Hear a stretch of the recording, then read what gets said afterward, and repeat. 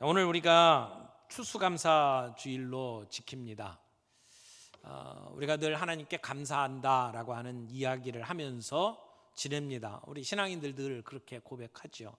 그런데 오늘 우리가 살아가는 삶의 형편을 보게 되면 감사가 잘 안 될 때가 있잖아요.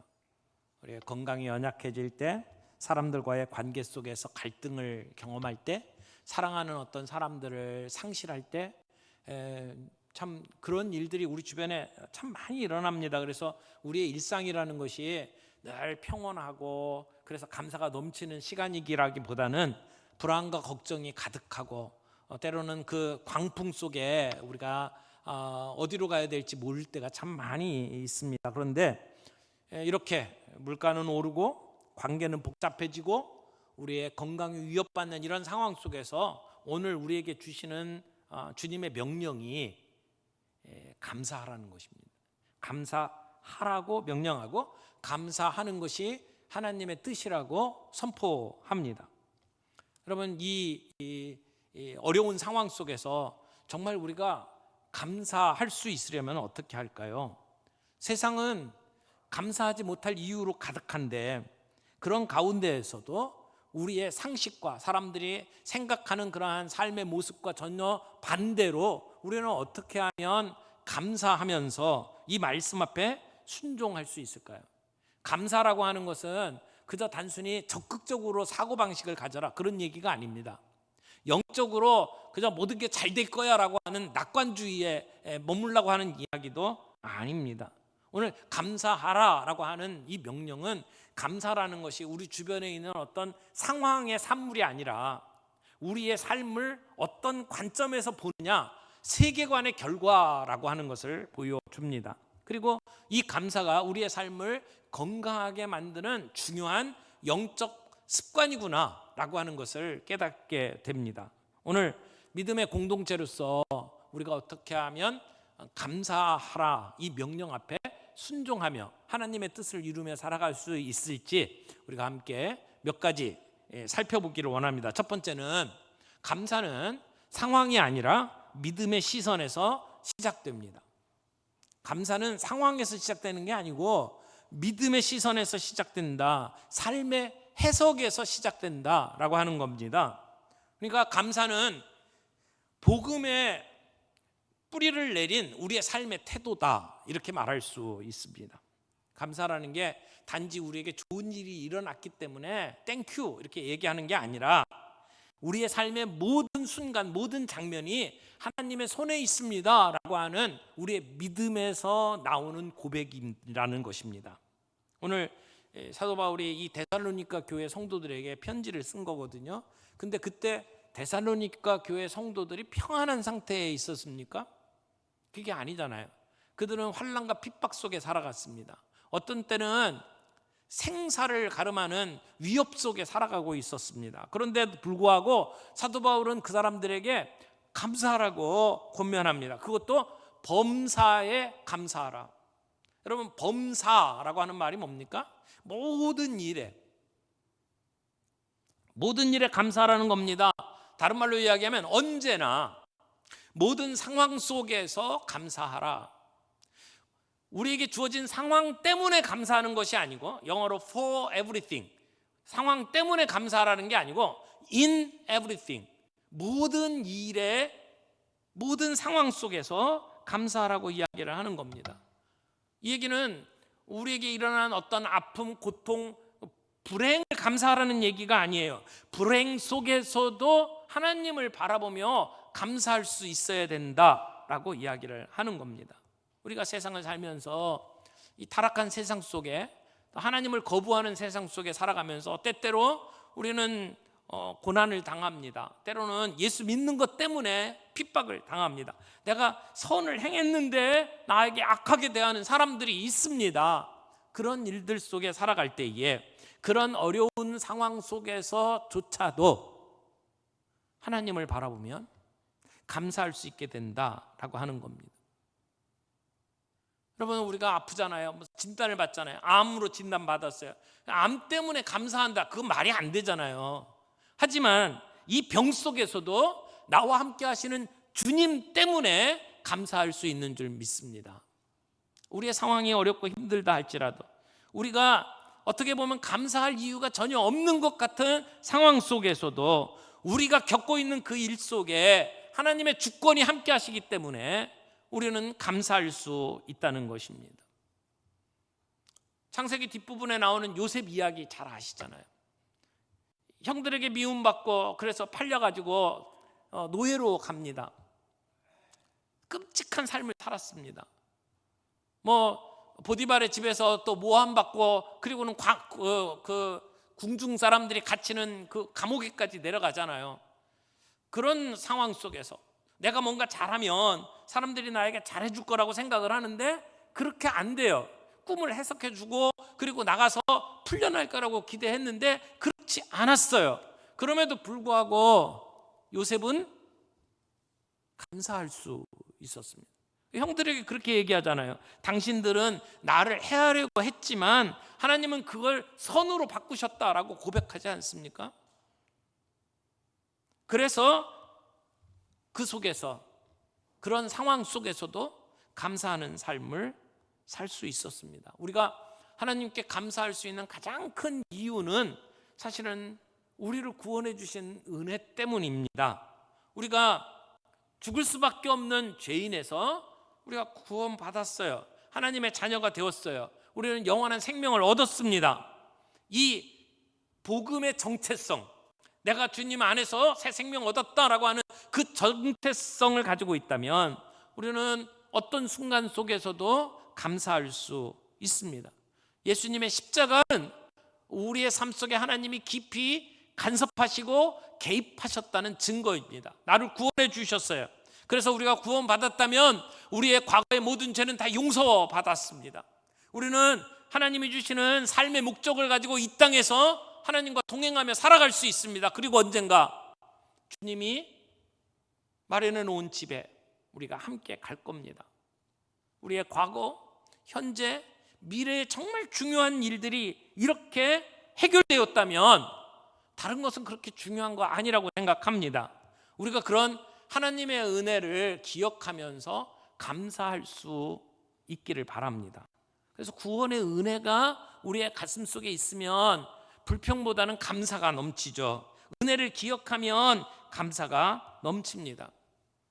그래서 우리가 고난을 당하기 전에는 우리의 삶을 잘못된 길로 갔다 할지라도 우리가 고난을 당하면서 도리어 하나님께 감사의 자리로 나아가잖아요. 이제는 그 고난으로 인하여 주의 말씀을 지키는 자리에 서게 되잖아요. 그러므로 우리에게 다가오는 고난은 감사를 빼앗는 게 아니라 우리를 하나님 더 신뢰하게 만드는 그러한 통로로 쓰임받는다라고 하는 것을 우리는 보게 됩니다. 존 뉴턴, 여러분 잘 아시죠? 노예 상인으로 있다가 구원받고 나 같은 죄인 살리신 그 찬양 작사하신 분이잖아요. 그분이 이런 얘기를 했어요. 내가 무엇이었고, 과거에 내가 무엇이었고, 그리고 하나님이 나를 어떻게 구원하셨는지 생각할 때마다 나는 감사로 채워진다. 여러분, 우리의 감사가 상황으로 인한 감사보다도 내가 누구였고 내가 어떻게 구원받았는지를 생각하면서 감사할 수 있는 그런 본질적 감사를 회복할 수 있기를 바랍니다. 감사는 그렇게 우리의 삶을 어떤 시선으로 보느냐에 따라 만들어지는 것이다. 그러므로 감사는 상황에서 시작하는 것이 아니라 믿음의 시각에서, 믿음의 눈에서 감사가 시작되는 것이다. 두 번째, 감사는 하나님의 일하심을 신뢰하는 믿음의 표현입니다. 감사는 그저 현실이 너무 어려운데 현실 도피하는 것이 감사가 아니고, 감사는 믿음의 결단입니다. 믿음의 표현입니다. 내 삶 속에 하나님이 함께 하신다는 것을 믿음으로 결단하고 표현하는 것입니다. 세상 사람들은 잘된 일들이 있을 때, 감사할 조건이 있을 때 감사합니다. 그러나 바울은 우리에게 이렇게 명령합니다. 범사에 감사하라. 범사에 감사하라. 선택이 아닙니다. 명령입니다. 하나님의 명령입니다. 이 얘기는 우리가 예수 믿고 살아가는 삶이 고통이나 환난으로부터 100% 면제되는 게 아니다 라고 하는 것을 전제하고 하는 말이죠. 우리들의 삶 속에 힘든 일 일어날 수 있다는 겁니다. 그래서 우리의 마음이 흔들리고 슬픔에 젖을 수 있다는 겁니다. 그러나 근본적으로 세상 사람들하고 우리가 다른 게 있어요. 그런 가운데에서도 하나님이 우리를 인도하신다라고 하는 신뢰와 믿음 때문에 우리가 다르게 반응한다는 겁니다. 그러니까 우리의 삶 속에 하나님이 나를 통치하고 계시고 하나님이 오늘도 나를 선하게 이끄신다라는 믿음이 있으면 그 상황 속에서도 우리는 감사를 실천할 수 있다는 거예요. 감사하라라고 하는 명령을 썼잖아요. 이 감사하라라고 하는 명령은 단순히 한 번 하는 것을 얘기하는 게 아니에요. 습관적으로 계속해서 실천해야 될 것을 명령하는 겁니다. 감사는 우리의 감정에 따라 나오는 게 아니에요. 우리가 선택하는 거예요. 그런 면에 있어서 감사는 영적 습관이라고 말할 수 있고 훈련을 통해서 이루어지는 것이다 라고 말할 수 있습니다. 비록 감정에 안 따라오더라도 하나님 앞에 내가 감사하기로 선택하면 내 마음이 감사로 움직여집니다. 하나님이 우리의 마음을 바꾸십니다. 뿐만 아니라 그렇게 감사하며 나아갈 때 하나님이 우리의 상황을 바꾸십니다. 우리가 우리의 환경이나 감정에 따라 휘둘리지 않는 신앙이 되기를 바랍니다. 하나님의 선하심, 하나님의 주권의 뿌리박은 믿음의 사람들이 되기를 바랍니다. 오늘도 하나님이 내 삶을 붙들고 계신다라고 하는 믿음의 고백이 저와 여러분들에게 있기를 바랍니다. 여러분, 때로는 우리가 직장을 잃을 수도 있고 건강을 잃을 수도 있고 때로는 관계가 깨어질 수도 있고 그런 가운데 하나님 뭘 가지고 감사하라고 말씀하십니까? 그렇게 우리가 따지는 경우들도 있어요. 그러나 분명한 것은 하나님은 우리의 고통을 외면하지 않는다는 겁니다. 우리의 슬픔을 외면하지 않아요. 시편 말씀을 쭉 읽다 보면 시편을 기록한 많은 사람들이 그런 슬픔 속에 있었고 고통 속에 있으면서 하나님을 찬양합니다. 시편 63편 3절 말씀 볼까요? 주의 인자하심이 생명보다 나음으로 내 입술이 주를 찬양할 것이다. 여러분, 다윗이 사울의 칼날을 피해서 그 광야 동굴 속으로 숨어 다니면서 얼마나 피곤한 인생을 살았습니까? 그러면서도 그는 하나님의 인자하심을 바라본 거예요. 그것이 내 생명보다 낫다라고 고백하면서 내 입술이 주를 찬송한다고 이야기를 합니다. 감사는 고통이 없는 삶이 아니라 고통 속에서 신뢰를 배우는 삶입니다. 그래서 우리는 모든 상황 속에서 범사에 감사할 수 있습니다. 왜요? 하나님이 선하시기 때문에. 하나님은 우리의 모든 상황을 선으로 바꾸실 수 있는 능력의 하나님이기 때문에. 우리가 종종 몸이 아파요. 아파서 힘들죠. 그럼에도 불구하고 우리는 감사할 수 있어요. 고난 당하는 것이 우리에게 주시는 하나님의 복이다라고 말할 수 있습니다. 하지만 그렇게 감사할 수 있는 능력은 아무에게나 있는 게 아닙니다. 하나님이 능력을 주셔서 눈이 열린 자만이 할 수 있는 감사예요. 그래서 오늘 본문 말씀에 그리스도 예수 안에서 너희를 향하신 하나님의 뜻이다라고 말씀을 합니다. 여기 하나님의 뜻이라고 이야기하죠. 물론 이 하나님의 뜻이라고 하는 것이 요 본문에 나오는 범사에 감사하라는 말만은 아니에요. 앞에서부터 이어지는 말이죠. 항상 기뻐하라, 쉬지 말고 기도하라, 범사에 감사하라. 이것이 너희를 향한 하나님의 뜻이니라. 우리가 삶을 살면서 어떤 것이 하나님의 뜻인지 잘 구분이 안 갈 때가 있어요. 그래서 하나님의 뜻이 무엇입니까? 라고 기도하고 물어보잖아요. 그런데 본문은 하나님의 뜻이 분명하게 이거다라고 이야기를 합니다.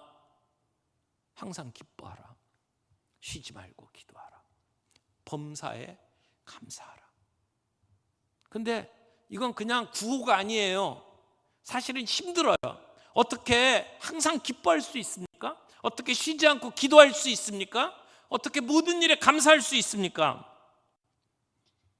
근데요, 이게 하나님의 뜻이래요. 하나님이 그걸 원하시고 우리에게 명령하시는 거예요. 우리가 예수 믿고 살아가는 예수의 제자들 아닙니까? 제자의 삶은 하나님의 뜻을 붙잡고 그 말씀을 실현하는 사람들의 삶입니다. 그러니까 오늘 이 말씀 앞에 우리는 순종해야 돼요. 감사가 우리의 의무다, 제자의 삶의 모습이다라고 이야기를 하는 겁니다. 그러니까 여러분, 우리가 성경 말씀 가운데에서 우리가 기뻐하고 감사하고 그러한 삶과 함께 정말 중요한 것이 감사하는 삶이라고 이야기를 하는 겁니다. 오늘 이 말씀 앞에 우리가 순종할 수 있기를 원합니다. 근데 어떻게 순종하느냐?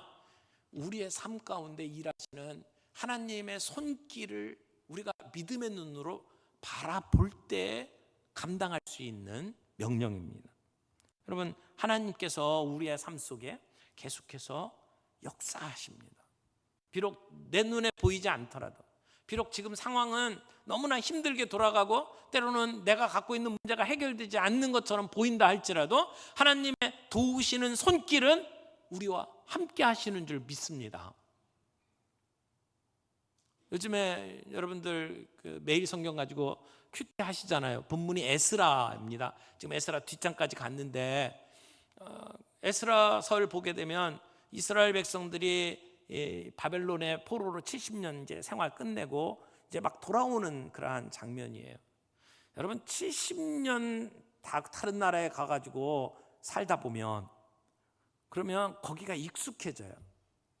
이 팔레스타인 이렇게 촌에 살던 거하고 달리 이 바벨론 그 엄청난 제국 속에 살아가잖아요. 그럼 훨씬 문명이 깨어있는 나라고, 그 나라 속에서 살다 보면 비록 힘들고 어려운 삶이지만 정착하게 되어 있습니다. 그래서 예루살렘으로 돌아간다, 다 안 따라와요. 돌아갈 사람 다 모았는데 보니까 레위 사람이 없어요. 한 명도 지원을 안 한 거예요. 그만큼 거기가 훨씬 더 살기가 좋다는 얘기예요. 그런데 하나님께서 그들을 찾아냅니다. 그리고는 함께 예루살렘으로 돌아오잖아요. 근데 그때 예루살렘으로 돌아오는 그 길을 설명할 때 뭐라고 표현을 하냐면 하나님의 손이 도우셨다. 하나님의 손이 도우셔서 그들을 그 광야길을 걸어올 때에 지켜주시고 그들을 공격하는 사람들의 손에서 건져주시고 하나님의 손이 함께 하셨다라고 말합니다. 여러분, 우리가 감사하기 힘든 이유가 뭔지 아십니까? 우리의 삶의 문제만 바라보는 거예요. 그 문제보다 크신 하나님을 바라보지 못하기 때문에 감사하지 못하는 겁니다. 비록 우리의 눈에 보이지 않지만 믿음의 눈을 가지고 보면 우리 가운데 역사하시는 하나님의 손이 보여요. 그러면 감사할 수 있다는 겁니다. 그래서 로마서 8장 28절에 사도 바울이 이렇게 얘기하잖아요. 하나님을 사랑하는 자, 곧 그 뜻대로 부르심을 입은 자들에게는 모든 것이 합력하여 선을 이루니라. 아멘. 모든 것이 합력하여 선을 이루게 하시는 하나님의 손길을 아는 사람들은 그 어떤 상황 속에서도 감사할 수 있다는 겁니다. 이게 감사가 믿음의 표현이고 믿음의 결단이라는 이야기입니다. 그래서 우리의 감정은 때때로 불안하고 우리의 상황을 볼 때 내 마음이 흔들립니다. 그럴 때 우리는 하나님의 말씀을 붙잡고 내 마음을 설득해야 합니다. 여러분, 조종사들이 비행기 타고 하늘 높이 올라가서 조종을 하다가 구름 속에 들어가잖아요. 그러면 구름에 갇히면 아무것도 안 보여요. 그냥 아무것도 안 보이는 상황에서 그들이 어떻게 조종을 할 수 있나요? 계기판을 보는 거예요. 계기판을 보면 내가 어디로 가고 있는지, 고도가 얼마인지, 그래서 착각하지 않고 조종할 수 있는 것처럼 우리의 삶의 상황 속에서 우리가 답답하고 힘든 일이 있을 때, 그때 우리의 마음이 흔들립니다. 불안합니다. 그때 하나님의 약속을 붙잡고 말씀을 붙잡고 계기판을 붙잡고 그래서 선하신 하나님을 바라보면 우리는 그 가운데에서도 감사할 수 있게 된다라고 하는 겁니다. 세 번째, 감사는 삶을 변화시키는 영적 능력입니다. 다른 말로 이야기하면 감사는 기적을 부르는 능력입니다. 여러분, 감사는 단순한 인격 수양이 아니에요. 심리적으로 나를 가라앉히는 어떤 심리적인 처방이 아니에요. 감사는 실제로 우리의 삶 속에 하나님이 일하실 수 있도록 문을 여는 통로입니다. 성경은 감사가 우리의 삶을 어떻게 바꿔놓는지를 보여주죠. 여러분, 사도행전에 보면 16장에 바울과 실라가 감옥에 갇힙니다. 매맞고 쇠사슬에 묶이고 그리고는 깊은 감옥에 갇혀요. 얼마나 절망적인 상황입니까? 복음 들고 나섰는데 지금 구타당하고 지금 쇠사슬에 매어가지고 감옥에 갇혀 있어요. 근데 그때 바울과 실라가 뭐 합니까? 기도하고 찬양하잖아요. 감사한 겁니다. 감사는요, 상황을 바꿉니다. 그들이 찬양할 때 옥문이 열렸어요. 감사는 우리의 현실 삶 속에 하나님께서 역사하시는 능력으로 이끕니다. 사랑하는 성도 여러분, 감사는 우리의 마음을 바꿀 뿐만 아니라 우리의 현실의 삶을 바꾸는 하나님의 능력이 있습니다. 오늘 여러분을 가두는 감옥은 무엇입니까? 감사하지 못하도록 실망하고 좌절하게 만드는 여러분의 감옥은 무엇입니까? 건강입니까? 관계입니까? 물질의 부족입니까? 낙심하는 겁니까? 하지만 그 감옥 속에서 우리가 하나님을 찬양하면 하나님은 새로운 문을 여실 겁니다. 아멘. 감사는 기적을 일으킵니다. 감사는 닫힌 문을 여는 열쇠입니다. 감사는 절망을 소망으로 바꾸는 통로입니다. 감사는 사람에게는 하나님의 능력이 뒤따릅니다. 여러분, 우리가 예전에 감사 노트 이렇게 쭉 썼었잖아요. 중단하신 분들 많을 텐데 노트 하나 새롭게 장만하시고 오늘부터라도 감사 노트 써보세요. 내 삶 속에 하나님의 그 은혜가 무엇인지를 되돌아보면서 하루에 한 가지씩이라도 감사를 글로 적어보세요. 그러면 우리의 삶이 탁 바뀝니다. 우리의 감정이 바뀌어요. 우울했던 우리의 마음의 모습들이 줄어듭니다. 삶의 만족도가 높아질 겁니다. 감사는 감정의 결과로 오는 게 아니고 내 삶 속에 하나님께서 어떻게 역사하시는지 그 하나님의 손을 바라보며 믿음의 결단을 표현하는 거예요. 그렇게 표현할 때, 그렇게 습관으로 우리가 의지적으로 실천할 때 하나님께서 우리에게 놀라운 열매를 허락하시는 줄 믿습니다. 오늘 추수감사주의를 맞이해서 모든 것이 잘 될 때에 표현하는 감사가 아니라 모든 상황 속에서 하나님이 나를 다스리시는 것을 믿고 고백하는 감사가 되기를 바랍니다. 감사하라, 범사에 감사하라. 이는 너희를 향하신 하나님의 뜻이다. 예수 그리스도 안에서 우리의 구원의 기쁨과 감격을 가지고 오늘도 나를 다스리시는 그 주님의 손길을 바라보면서 믿음으로 감사하기 시작할 때 하나님께서 우리를 통해서 놀라운 역사를 일으켜내실 줄 믿습니다. 우리 모두가 그렇게 고백할 수 있으면 좋겠어요. 주님, 정말 감사합니다. 내가 이해할 수 없을 때에도 감사합니다. 내가 주님 앞에 나아가 어떤 상황 속에서든지 우리를 다스리신 주님의 손길을 우리가 믿고 신뢰하며 감사하며 나아가겠습니다. 그렇게 결단하며 오늘 주님 앞에 설 수 있는 저와 여러분들이 되기를 바랍니다.